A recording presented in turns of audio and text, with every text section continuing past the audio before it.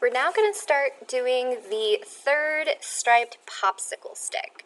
So we're going to go to the rectangle tool, and we're going to draw a rectangular shape, and I'm going to make it a little bit wider. And what you want to do is you want to go to your direct selection tool, and we're just going to round the top slightly this time. So select the top bullseye, hold shift, select the other top one, wait for the symbol to appear, and just slightly round those out. Do the same thing with the bottom one, so select the bottom one, hold shift, select the other bottom bullseye, and even do that one slightly as well. So after you've done that, we're going to color this red. So I'm going to go up here, and I'm going to choose a nice red color. Great. So what's great about Smart Guides is it has that snapping functionality so that you can accurately draw rectangles to fit within the shape. So what we're going to do is we're going to go back to the rectangle tool, and we're going to draw a couple white stripes. So if you zoom in by holding Control+, it'll help you draw these out a little bit better. And I'm going to draw a rectangle that's about the same width as my top portion above it.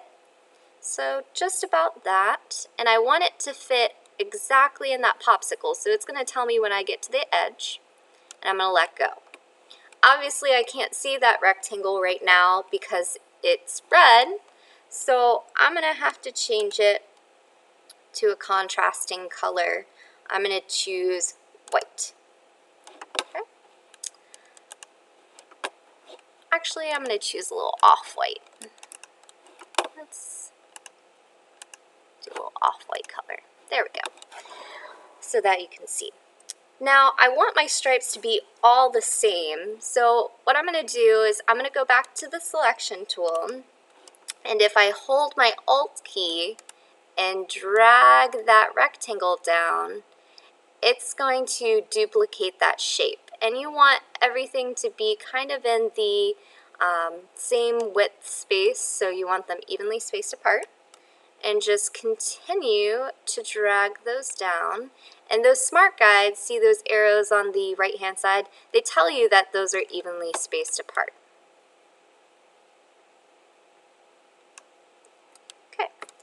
If it so happens like my bottom part is a little bit tiny, what you can do is click on your red popsicle and just make that slightly larger so that it's nice and even now. I'm going to zoom out here for a second, and I'm going to duplicate the popsicle stick. So again, with my selection tool, make sure that my popsicle stick is selected, hold shift, select the shadow over here, and I'm just going to hold Alt and drag it to where it intersects right below the popsicle stick right in the middle, and I'm going to let go. So, pretty much we're about halfway done with our third popsicle. So what we're going to do next is we're going to take and we're going to make some drips on the popsicle. So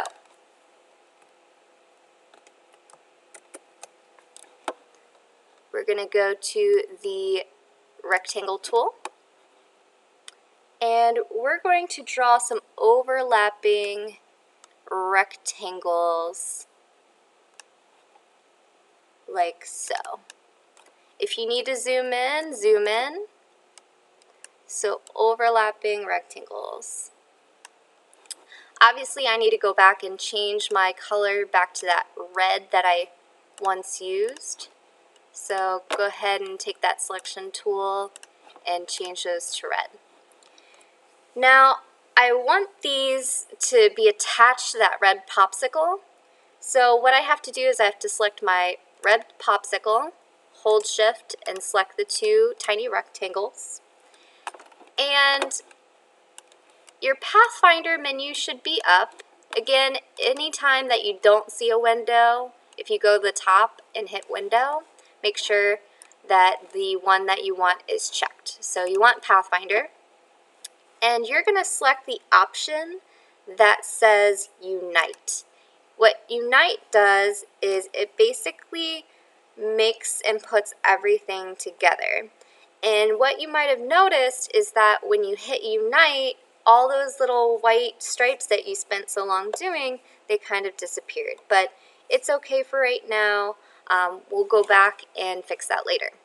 So what we're going to do to make this look more drippy-like is we're going to take the direct selection tool, and you are going to select the points around the drips to round them. So you might have to select certain points. So I'm going to select just the ones here down at the bottom. And it's okay to do like a couple first and then go back and do other ones, but I'm going to select all these bottom ones here. Hover over the symbol and round everything out all the way.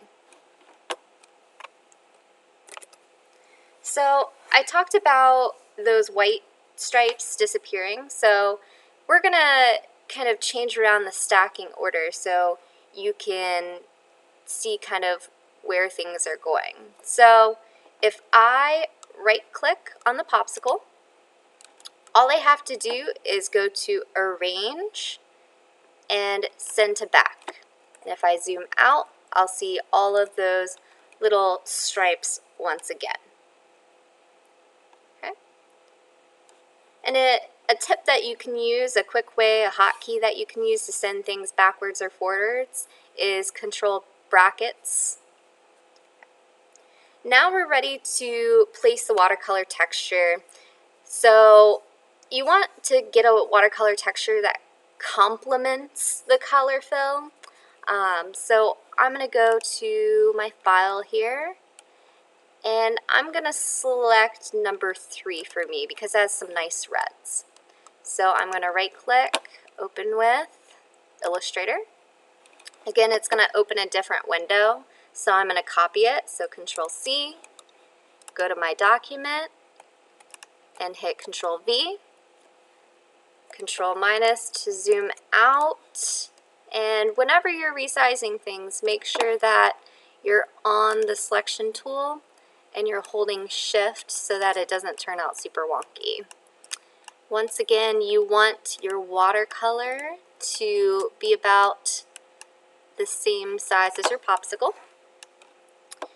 And now we're ready to create our clipping mask. So you're going to select the popsicle shape.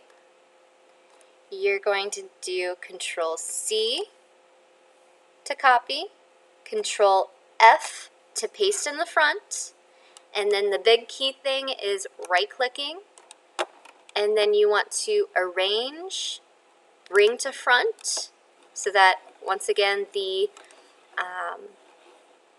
stripes are gone. And then you want to move your watercolor over your popsicle stick. Make sure your popsicle and your watercolor are selected by holding Shift. You want to right click and make clipping mask. Once you're done with that step, you're going to make sure that you can see everything.